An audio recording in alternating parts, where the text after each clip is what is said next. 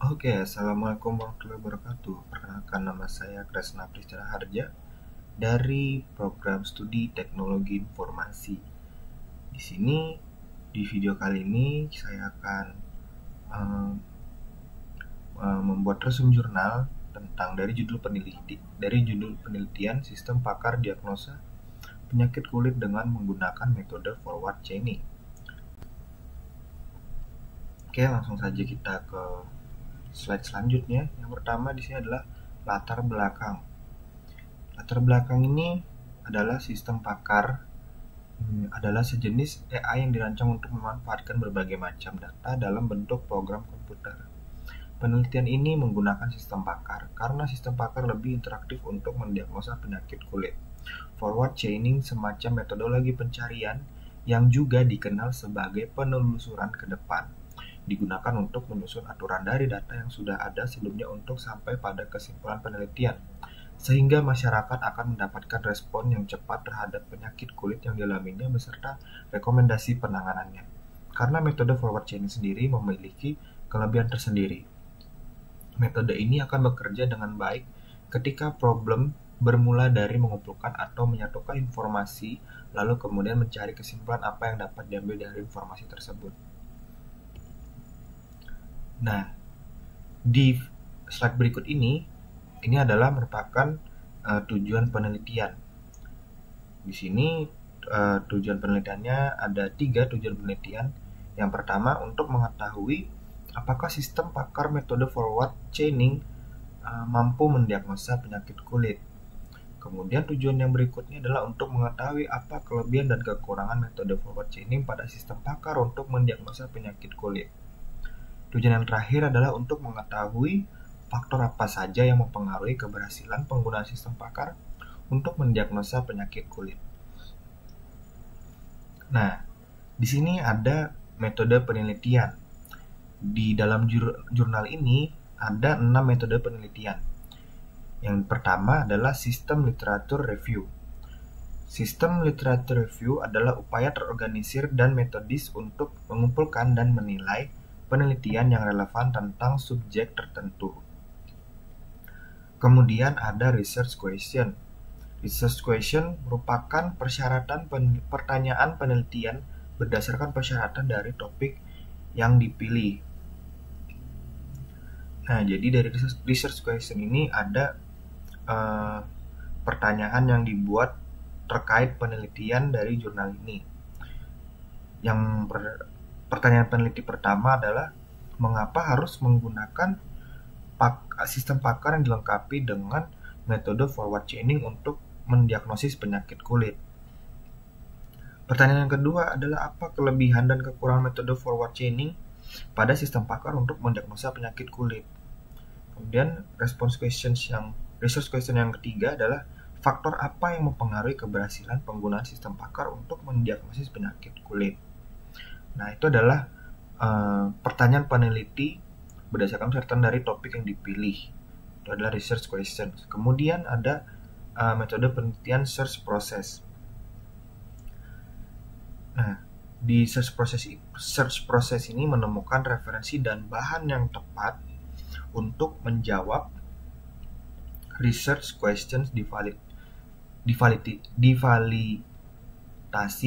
difasilitasi oleh proses pencarian. Kemudian ada metode inclusion and exclusion criteria. Visabilitas data untuk studi SRRD dievaluasi pada tahap ini. Jika kondisi berikut terpenuhi, studi dipilih adalah data yang digunakan mengacu pada periode 2014 sampai 2023. Kemudian data yang digunakan dapat diambil melalui alamat website garuda.ristekdikti.go.id. Kemudian data yang digunakan hanya terkait dengan sistem pakar penyakit kulit dan metode forward chaining. Nah, dan metode penelitian yang kelima yaitu data collection. Pengumpulan informasi yang relevan dikenal dengan istilah pengumpulan data atau pengumpulan data dalam proses penelitian. Nah, Dan metode penelitian yang terakhir adalah data analisis. Jadi di data analisis ini merupakan riset baru yang dilakukan pada tahun 2019 sampai dengan 2023 akan menjadi fokus analisis Anda saat Anda menjalani tahap penyelidikan research questions. Nah, ini merupakan gambar dari data collection, metode data collection yang dimana pengumpulan informasi yang dilakukan dalam proses penelitian. Ini adalah langkah-langkah pengumpulan data yang diperoleh melalui sumber website garuda.ristekdikti.go.id. Yang pertama, mengakses halaman website http://garuda.ristekdikti.go.id. Kemudian, jika sudah muncul gambar seperti yang di layar ini, maka masukkan kata kunci forward chaining dan sistem pakar penyakit kulit. Ini kita ketik di bagian kolom keywords. Kemudian pada filter buyer, pilih range. Nah, di sini kita memilih tahun 2019 sampai 2023 untuk menentukan sumber tahun guna mencari isu yang relevan. Judul, tahun publikasi, dan nama penulis akan ditampilkan setelah memilih filter. Nah, ini sebanyak 6 jurnal dikembalikan atau ditemukan prosedur pencarian Garuda Ristekdikti seperti yang terlihat pada gambar 2. Kemudian kita lanjut ke analisa dan pembahasan. Nah, tabel ini adalah tabel di mana tabel ini menunjukkan hasil pencarian yang diperoleh dengan mencari artikel yang berkaitan untuk menjawab 3 pertanyaan peneliti yang dibahas pada bagian ini. Nah, ini adalah tabel hasil pencarian artikel yang relevan. Nah, di sini adalah hasil dan hasil pembahasan. Pada bagian ini, pertanyaan penelitian research questions akan dibahas dan dijawab. RQ itu merupakan research questions. Jadi RQ1, research question yang pertama, mengapa harus menggunakan sistem pakar yang dilengkapi dengan metode forward chaining untuk mendiagnosis penyakit kulit.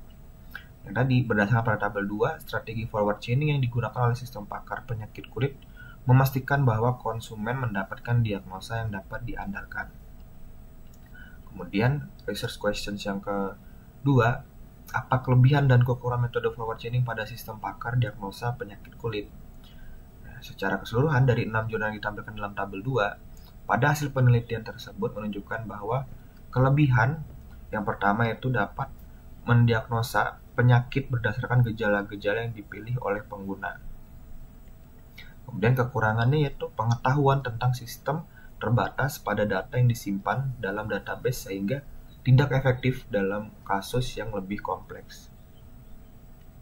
Research questions yang ketiga, yaitu yang terakhir, pertanyaan adalah faktor apa saja yang mempengaruhi keberhasilan penggunaan sistem pakar untuk mendiagnosa penyakit kulit. Di tabel 2 menunjukkan hasil bahwa informasi yang terdapat pada sistem pakar untuk mendiagnosa penyakit kulit masih terbatas, sehingga dapat disimpulkan bahwa faktor yang akan berperan penting dalam mempengaruhi keberhasilan penerapan sistem tersebut yaitu kualitas pengetahuan yang tersimpan di database dan pemeliharaan serta pengembangan sistem yang berlanjut, sehingga banyak yang harus dikembangkan agar dapat memaksimalkan kinerja sistem tersebut.